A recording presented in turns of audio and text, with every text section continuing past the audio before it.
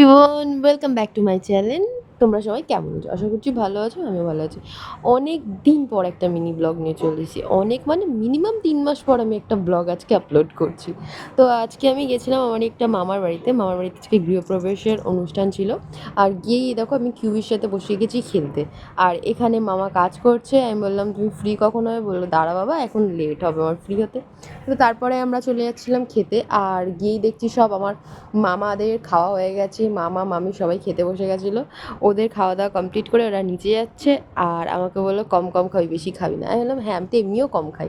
তারপর আজকে মেনুতে ছিল ফ্রাইড রাইস, আলুর দম, বেগুনি, আর তার সাথে ধোকার ডালনা, চাটনি, পাঁপড়, মিষ্টি। যে এখানে দেখো ননদ মামা এসে আমাকে বলছে, বেশি খাবি না হলে তোকে দিয়ে বাসন মাজাবো।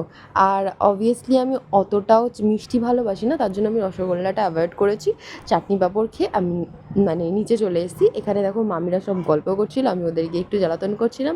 তারপর আবার কিউয়ের সাথে গিয়ে একটু খেলতে শুরু করে দিয়েছি। কেন, ও খুব ভালো। মানে ওকে দেখতে ওরকম হলে কী হবে, মানে রাগি রাগি, কিন্তু ও এত ভালো না, কিচ্ছু বলে না, চুপচাপই থাকে। তারপরে আমার মামা একটা চশমা পড়েছিল, ওটা পরে আমি একটু ঢং করে নিচ্ছিলাম যে আমাকে কেমন লাগছে। হ্যাঁ জানি অতটাও ভালো লাগছিল না। তোমরা সবাই কমেন্টে জানাবে আমাকে এই ড্রেসটা পরে কেমন লাগছে। আমি অনেক দিন পর এটা পরেছিলাম, লাস্ট ছট পূজার টাইমে পরেছিলাম। তারপর আমরা কিছু ফটো তুলেছি, আমি, ননদ মামা, লাল মামা। আর ফটো তুলতে তুলতে আমাকে বলছে, দেখ বেশি বদমাইশি করিস না, নাহলে কিউইকে দিয়ে কামড় খাইয়ে দেবো।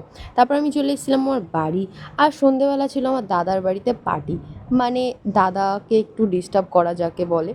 তো এখানে আজকে চিপস, কোল্ড ড্রিঙ্কস, পপকর্ন, আর রাতের বেলা বিরিয়ানি ডিনার করেছি। আর তার সাথে অ্যানাবেলা মুভি।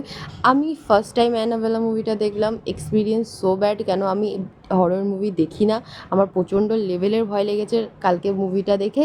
আর আমার দিদি এত বাজে, মানে ও আমাকে চোখ খুলে খুলে, আমি চোখ বন্ধ করে দিচ্ছি, চোখ খোল এরকম করে, লিটারেলি এরকমভাবে আমাকে মুভিটা দেখিয়েছিল।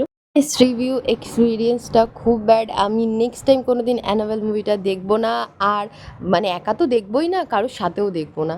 তো চলো টাটা সবাইকে, সবাই খুব ভালো থেকো, সুস্থ থেকো।